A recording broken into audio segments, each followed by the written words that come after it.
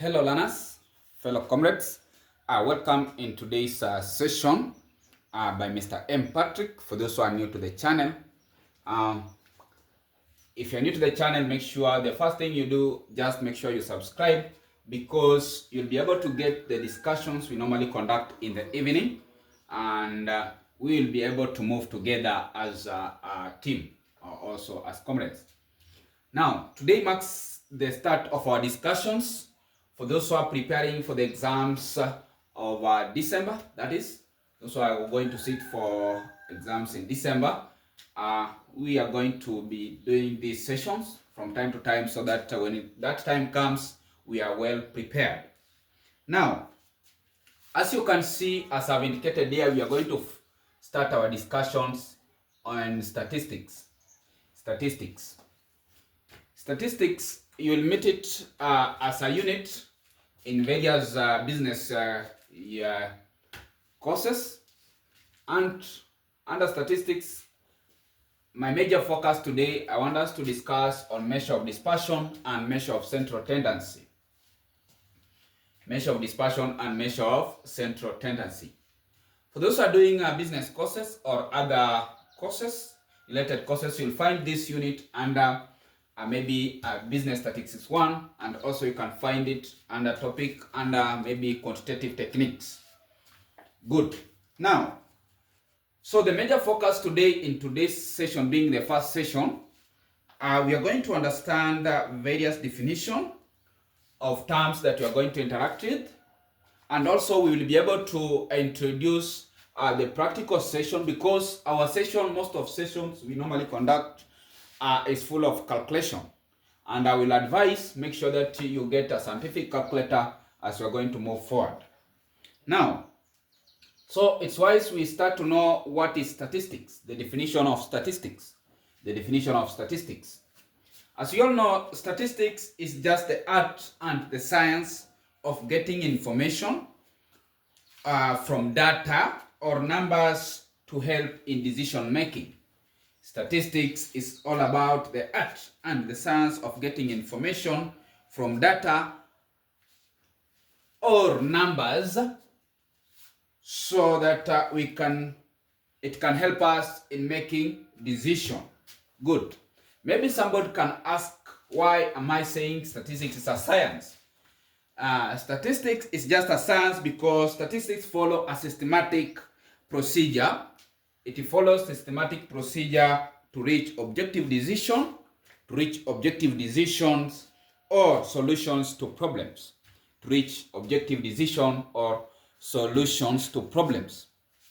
Now, and also it's an art because it utilizes the personal judgment and the intuition to reach a solution. But now, when we say it depends on personal judgment, now here it will depend on the experience of the person dealing with the data.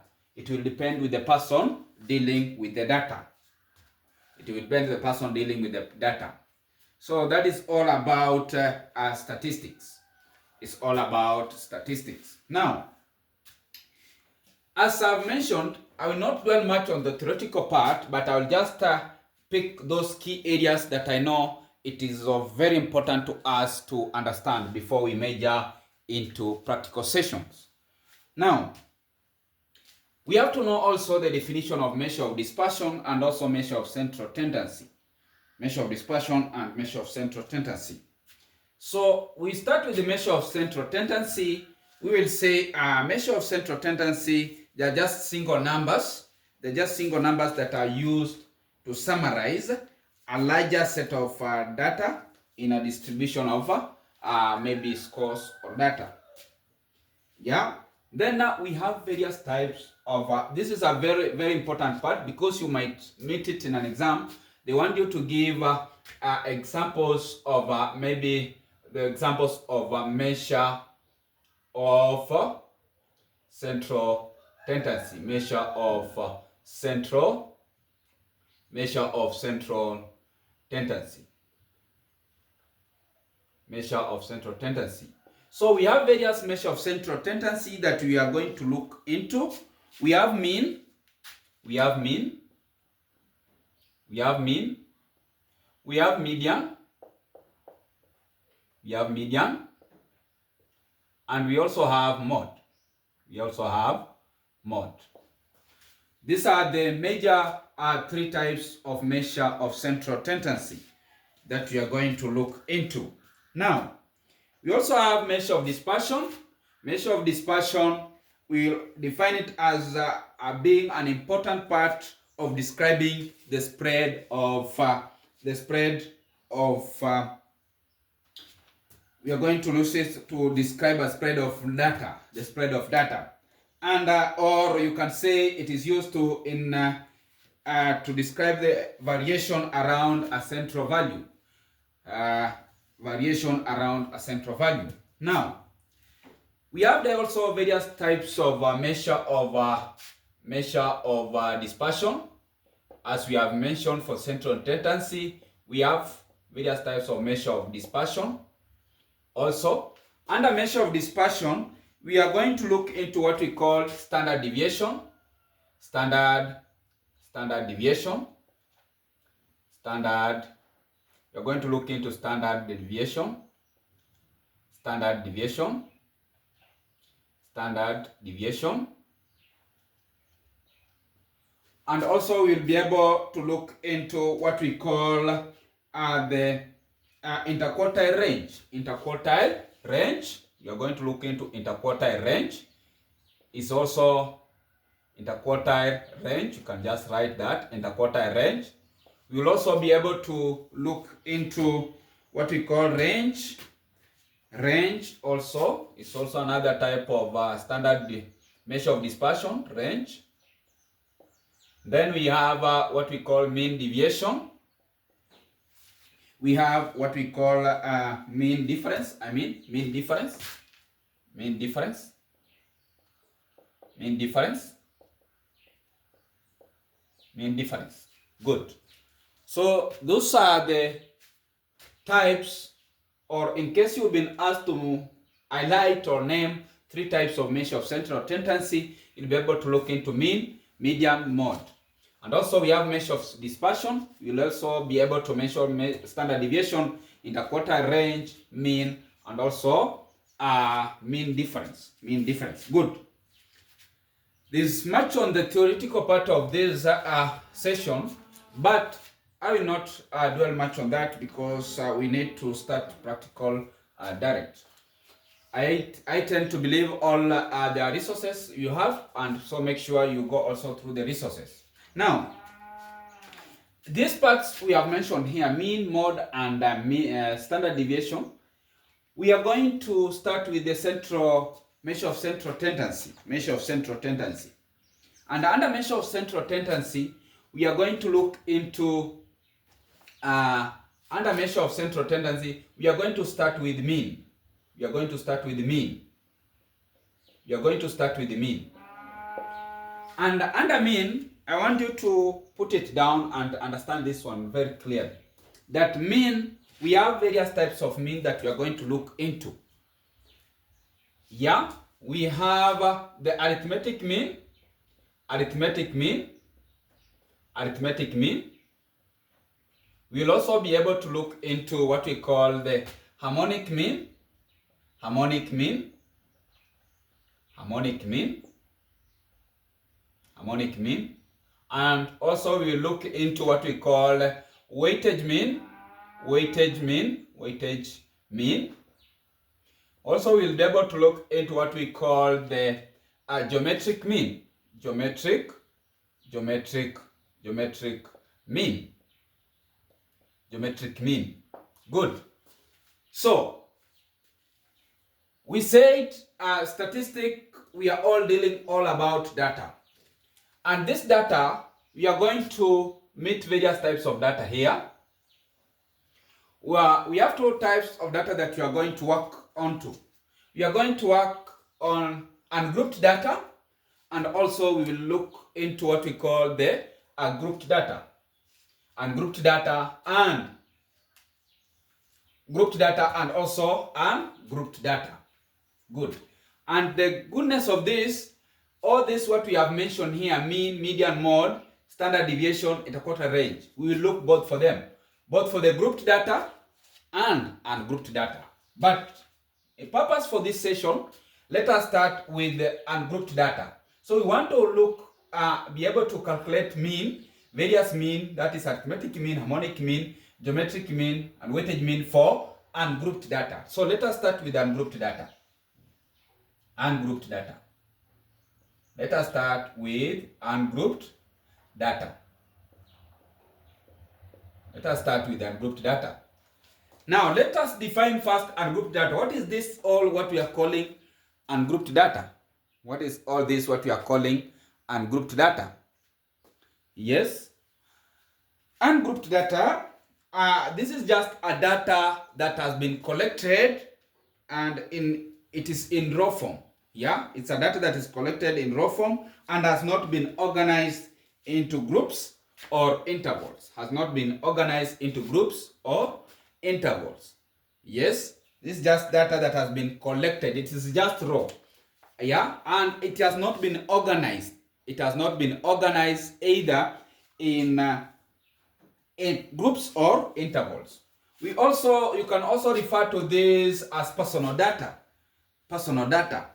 Maybe you have been sent in the field to collect the data, maybe for the scores of students in a class. Maybe just 10 students. So you'll be able to get the personal scores for every student. Or you have gone to collect the data for the heights of maybe people in a certain village. Yeah, so that is what we call ungrouped data. It's just data that is it's raw and has not been grouped into neither in any class or in any range. Good. So we can have ungrouped data like let's say we have e.g. the scores of students. The scores of students, maybe we have 26%, which I don't believe you'll score this. After these sessions, I believe you won't score this. We have also 32%. 32%. We have 41%.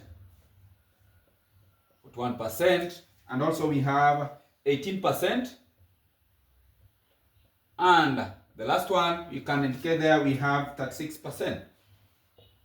Yeah, 36%. So I believe you are not going to score those scores when you get to attach to these sessions. Yes. So this is ungrouped data. Whereas I will differentiate it with also the ungrouped data, the grouped data now. We have said ungrouped data is that data that has been collected from the field and has not been arranged either in any class or in any other range. Good. But the grouped data, what is the grouped data now? Grouped data. Grouped data. Grouped data, we can say grouped data is that data that has been collected, and organized into groups, or class intervals along with their corresponding frequencies. So this is just data that has been collected in the field, yes, but it has been arranged into various classes along with their corresponding frequencies. Good. Now, so let's say we have now the marks for the grouped data for like 10 students. We have like 10 students who have scored various marks. These are maybe they have scored 75. We have maybe they have scored 88. They have also scored, another student has scored 92. Another student has scored 85. Another student has scored 91. Then another student has scored 78. Another student has scored 83. Another student has scored 87. Yes, another student has scored 95. Then another student has scored 89. So, fellow learners, this is not yet grouped. Yes, this is not yet grouped. Now we want to learn how we can group this so that we can continue having in mind what is grouped data. This is now just a raw data. It is ungrouped data, but we want to see these are just scores you have scored. You have collected from the maybe class of quantitative techniques for the students. Then we have to arrange this now for us to reflect what we have defined grouped data, because we say that grouped data is that data that has been collected in the field and has been arranged in class or a certain range. Now, so we go here. We can decide. Class can vary. For me, I can decide to start my class or my score range. So I can say my score range here, it will be score range. My score range will be, I can say mine can start from 70 to 79. And then we will have 80 to 89. Then I can have 90 to 99. Remember, in our definition, we said as we are going to arrange this, we are going to arrange with their corresponding frequencies. Now, I want you to understand this. I want you to understand fellow comrades. It's very easy. How can someone maybe decide or come up with the class range or the class range or the class interval or scoring? It will depend on the data that have been given. For me here, have been given, I can see my students have scored 70s. We have 70s there. Then we have also 80s and we have 90s. So I will just start from 70 to 79. Yeah, 70 to 79. 70 to 79. Yes. Good. But this, I know you will understand more when we will be dealing with the grouped data. In case we will come up with the grouped data and grouped data, then we will group it and work out all those. But this is just to let you know how we arrive to the definition of grouped data. Now, for me to have the frequency here, I have to look for the students who have scored between 70 to 79 in this ungrouped data here. So I will look for how many have scored in the range of 70 to 79. I have one here. Yes, I have one there who have scored 75. There is also another one here who have scored 78. So we have 75, 78. So there is no another one who have scored 78. So I will say my corresponding frequency here will be what? 2.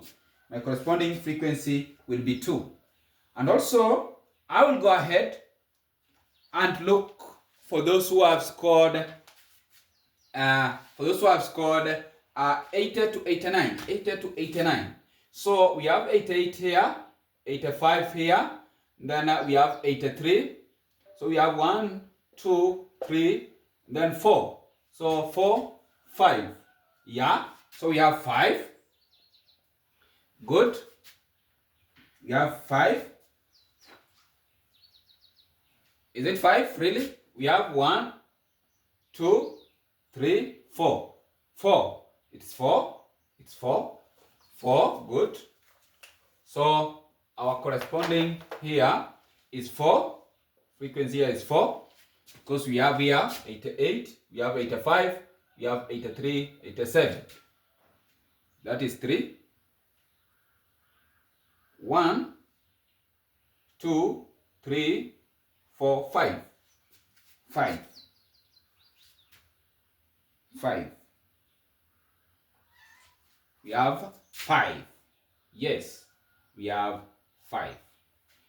We have 5. So we have 5 students here. Then 90 to 99, we have 1, 2, 3.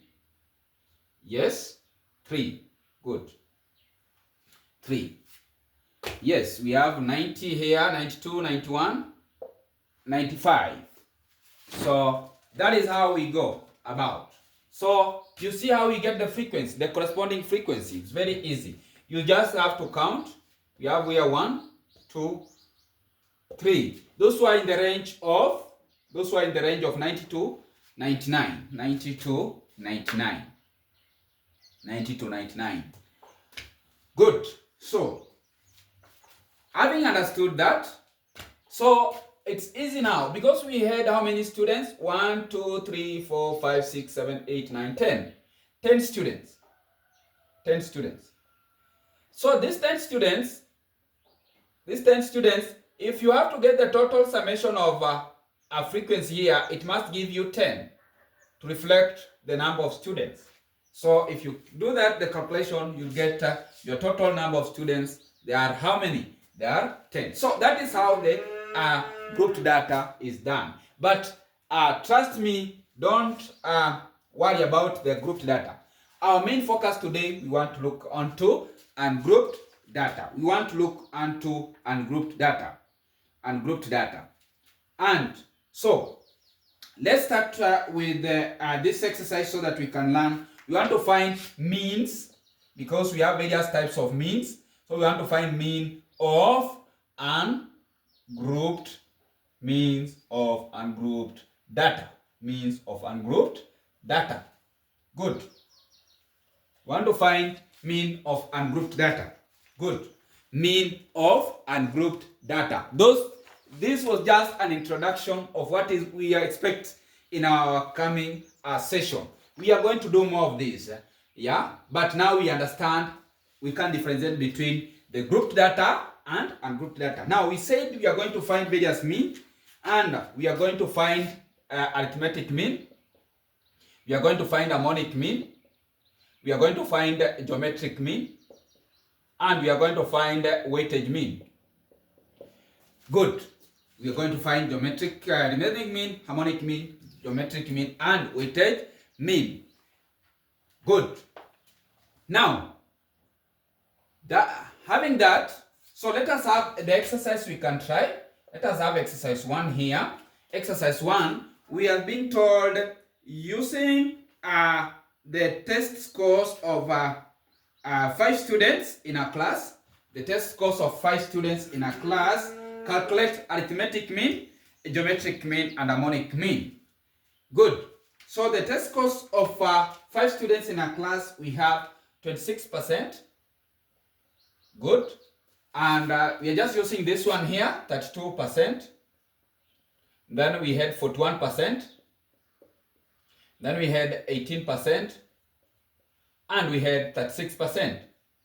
These are the test scores of students in a class. So we want to calculate arithmetic mean. We want to calculate arithmetic mean. Good. We want to calculate the arithmetic mean. Mean, in short, if somebody asks you to define mean, you can just say mean is the sum of values divided by the number of value. The sum of values divided by the number of values. And when we are computing mean, mean from a sample or sample of a data, like this one here, we are going to use this simple. We are going to use this simple here. That one, we call it, you can pronounce it by saying maybe X bar. Yeah, X bar. You can pronounce this as say X bar. This one you are looking for arithmetic mean. So this is the sign we will be using most of time. Yeah, X bar. You can call it X bar. These are the terms, the signs I want you to understand because we are going to interact with. And when I say in the summation of all values, we are going to use this. When I just write this on board, you know I want the summation. So this is summation. Summation. Summation. So that is what we are going to interact with. Summation, the signs. So that is the summation. Then X I will use as the number, the items, X. Like this one I can treat it as X1, X2, X3, X3, X4, X5. Good. Then N, for this case, we are going to use N as the number of items, or the number of the items you have been given, or the number of students. Like here we had 5 students. So the number, this will be the number of items.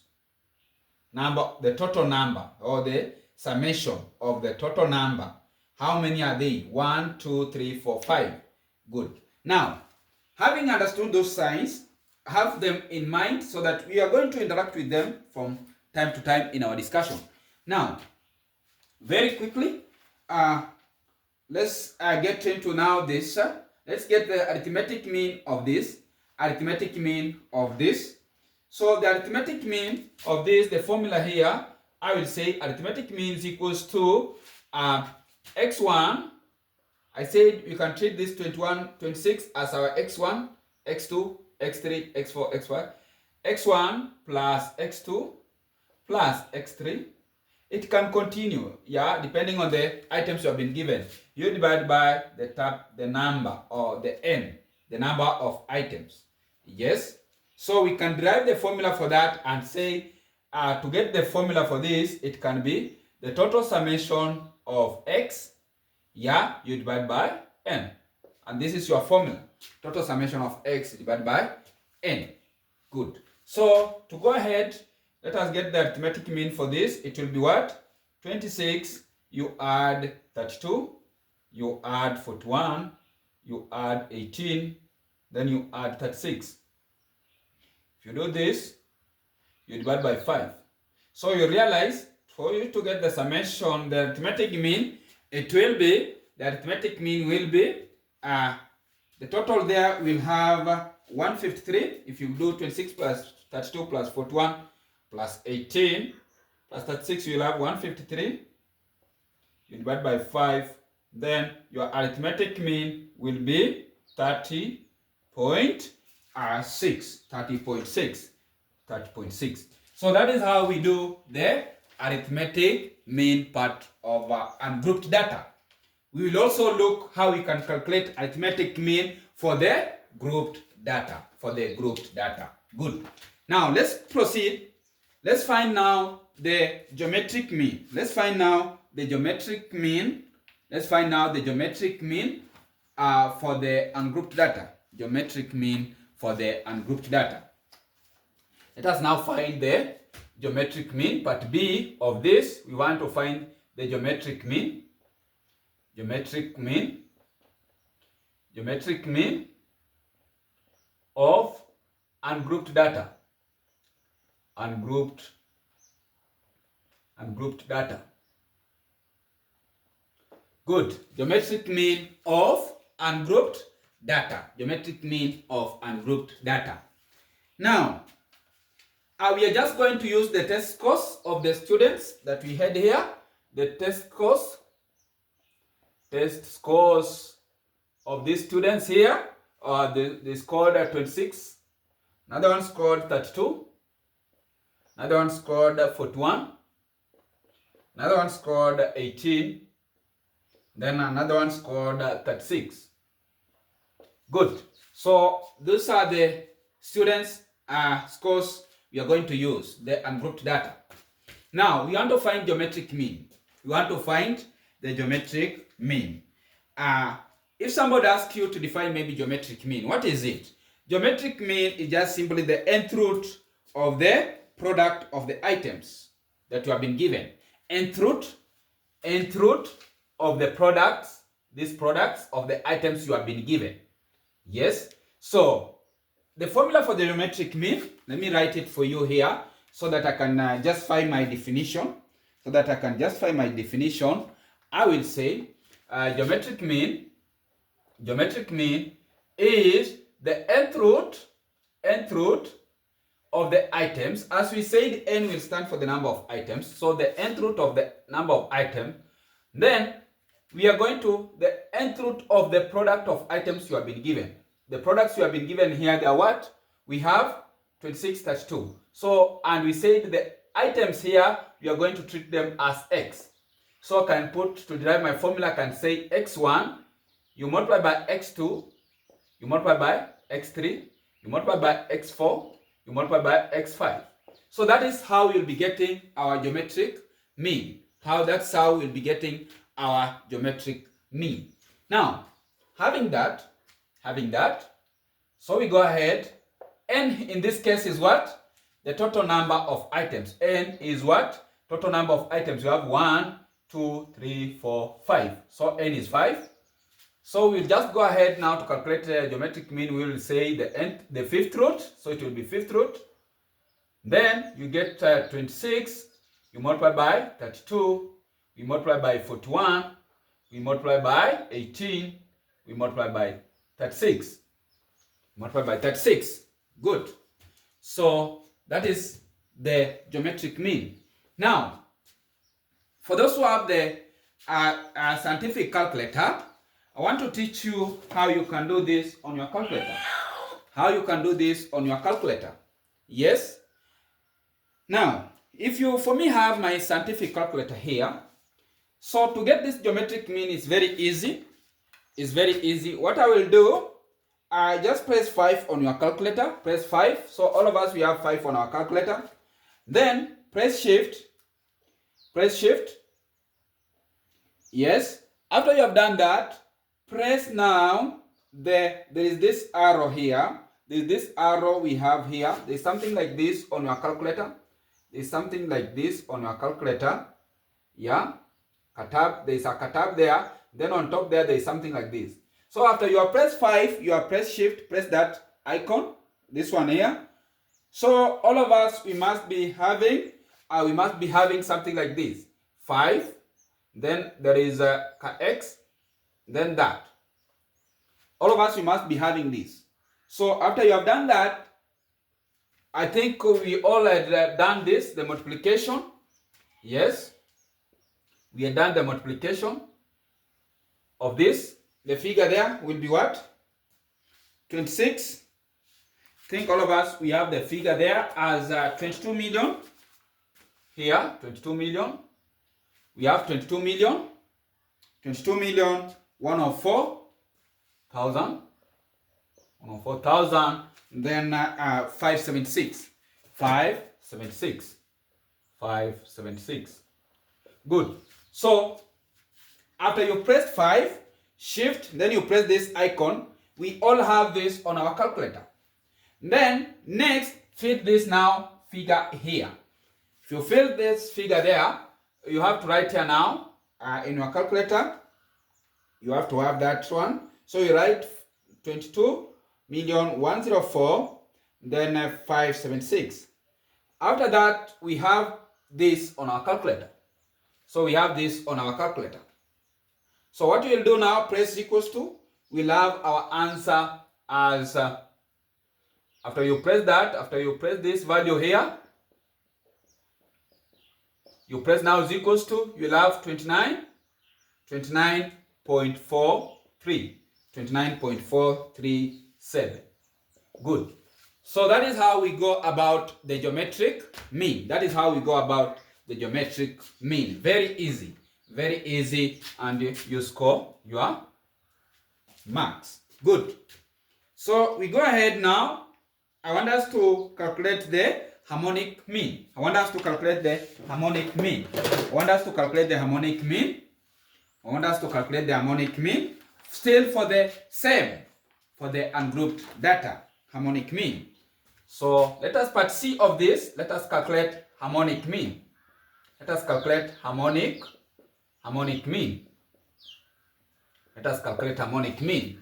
Now, harmonic mean of ungrouped data. So, harmonic mean of ungrouped data, we still will use the test scores. The test scores will use the ones we have on top there. That is 26%, 32%, 41%, 18%, 36%. Good. Remember, we said X will stand for the number of items we have been given. Then N will stand for the number of students or the number of items you have been given. Then, yeah, that one I think is good for us to know in that part of harmonic mean. Now, what is the formula for harmonic mean? Or somebody can ask you to define harmonic mean. You can just tell that person harmonic mean is the reciprocal of arithmetic mean. Good. Because what we are going to do here, to get harmonic mean, let me give you the formula.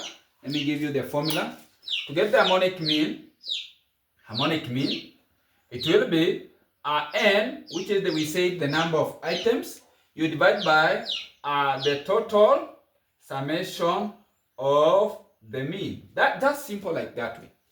Yeah. In short, what I mean here, we want to get n, which is the number of items. There are 5. N here, there are 5. N is 5 because of what? You have 1, 2, 3, 4, 5. 5. Then we are going to get that. When I put this, you remember this sign I said it means summation.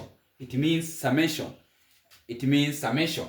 So we are going to get the summation of all that, x1, x2. So we are going to get the summation over x1, 1 over x1, plus 1 over x2, plus 1 over x3. Yeah, so we are going to get summation of that. So by doing that, it means now we go ahead to calculate. It will be what? It will be 5. We divide by summation of this. Now we get the totals of that. It will be 1 over 26 plus 1 over 32 plus 1 over 41 plus 1 over 18 plus 1 over 36. Yes, that is how we are going to work on that. So after that, I always say we start with the denominator part. We start with the denominator part. When I say the denominator part, I mean this is the numerator part. This 5 is the numerator part, and then this one here is the denominator part. So let's get first the totals. How do you put this on a calculator? I just say it's very simple. As far as you have the scientific calculator, it's simple for us to work the denominator part. Just press 1 on the calculator. Yes. Then there's this icon A. There's this icon on your calculator. You have this icon on your calculator, A, B, stroke C. This icon. So press 1, then press this icon. You'll have something like 1, then something like this. Yes. So if you have that, if you all have that, what next now? We will do what? You press 26. You press 26. So we have 1, you press 26, you'll have 1, something like this. Then just press plus, repeat the same procedure. 1, you divide, you press that icon, you press 32, plus 1, press that icon, you press 41, plus 1, plus that icon, you press 18, then plus 1, that icon, you press 36. Yes. If you put the is equals to, you will have in decimal. You can get your answer in decimal places. Like for me, I have 0.1774. So I will just write 5 divided by 0.1774. Good. After you have done that, you now go ahead. It is very simple. You now go ahead. You just say now 5 divided by, you pressing or using your calculator, divided by 0.1774. You will have your answer as 28.18. 28.18. And you will have done with the harmonic mean. You will have done with the harmonic mean. Now, fellow comrades, I believe we have done well on that part of mean. So, and I've tried my best to touch just a bit on the theoretical part. So I believe you are going to get time. Make sure you go through the theoretical part. Make sure you know the advantages of ungrouped data and both grouped data. Yeah, you know also the advantages of mean, median, and all that. Because we are going to be looking into this. What we have done here for the ungrouped data, we will also do for the grouped data. For the grouped data. This was just for the ungrouped data. So we are remaining with the one part. We are remaining with the other parts. We want to calculate also. In the next session, we are going to calculate median for the ungrouped data, mode for the ungrouped data. After we have completed, and even standard deviation for the ungrouped data, range for the ungrouped data, yeah, quartiles for the ungrouped data. After we have completed that, we will be able now to dive into grouped data. We'll be able to get the data that is raw, that has not been arranged, it is just in raw. Then we will group them with the corresponding frequencies. Then from there, we'll be able to calculate also all means and median, mode, standard deviation, variance, name them. So what you just do, fellow comrades, just make sure that you have subscribed to the channel so that we can move together. This is just the first session, and I believe you are going to interact more in a coming session. Today, we also have another session in the evening. So if you wish to attend, just make sure that you get touch to that number 0700 479 855 so that we can move together. Coming December, all will be ready now to face the exams. Now for today, bye bye, and may God bless you all. Thank you.